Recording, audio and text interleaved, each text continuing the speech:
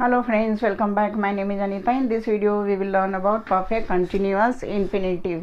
Previous video में आपने infinitive के 6 रूप को जाना, जिसमें एक्टिव वॉइस के 4 रूप एंड पैसिव वॉइस के 2 रूप होते हैं इन्फिनेटिव के। और मेरे वीडियो के माध्यम से आपने 3 रूप को जान लिया और समझ लिया, simple infinitive, continuous infinitive and perfect infinitive. आज अपने वीडियो के माध्यम से आपको बताने वाली हूँ परफेक्ट कंटिन्यूअस इन्फिनेटिव क्या है। फिर से आपको मैं याद दिला दूँ कि finite verb and infinitive verb में क्या अंतर है। Finite verb subject and tense के अनुसार अपना रूप को बदलता है, लेकिन इन्फिनेटिव में ऐसा नहीं होता है।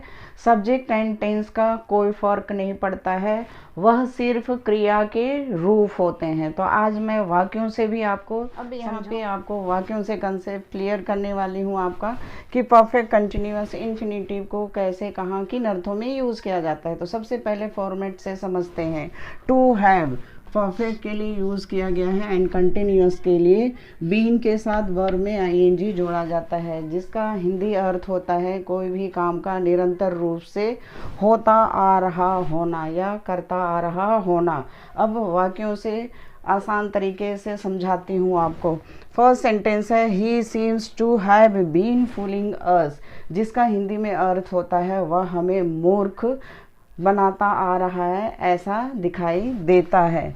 जैसे यहाँ पे आपको याद दिला दूँ, इन्फिनेटिव क्या है, क्रिया का सिर्फ रूप है। और इन्फिनेटिव के साथ हमें फाइनाइट वर्ब को भी याद करना होगा और समझना होगा कि finite verb subject and tense के अकॉर्डिंग अपना रूप को चेंज करता है। और वाक्यों में जब हम यूज़ करते हैं तो फाइनाइट वर्ब टेंस को दर्शाता है या टेंस को बताता है। वो कैसे, आइए समझते हैं वाक्यों में।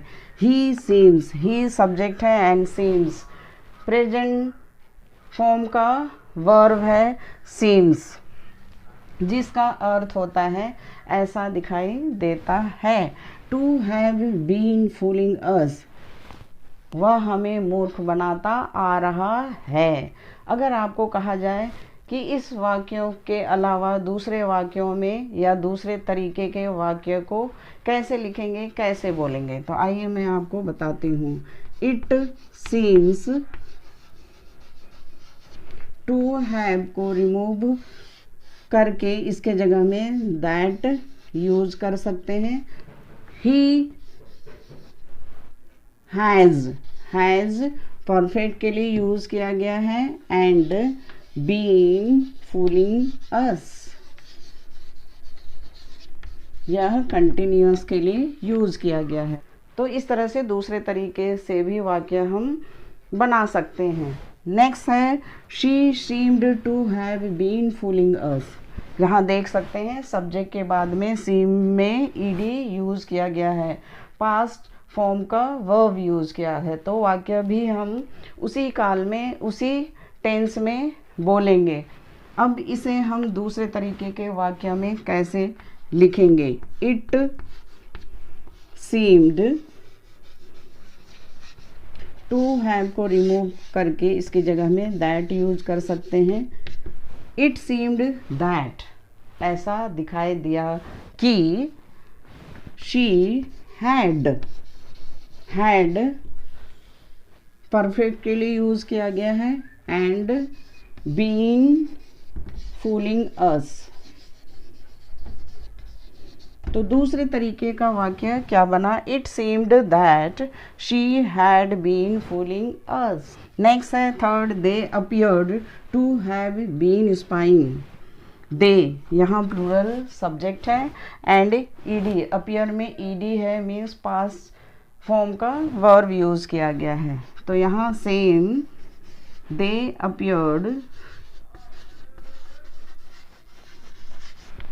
टू हैव को रिमूव करने के बाद इसकी जगह में दैट यूज कर सकते हैं, जिसका अर्थ होता है कि ऐसा दिखाई दिया कि वे they had been spying.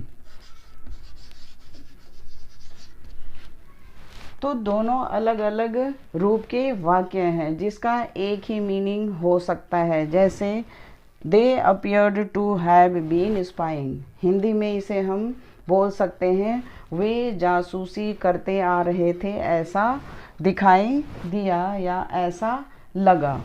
Next दूसरे तरीके का वाक्य, दे अपियर्ड दैट, ऐसा लगा कि दे हैड बीन स्पाइंग, वे जासूसी करते आ रहे थे।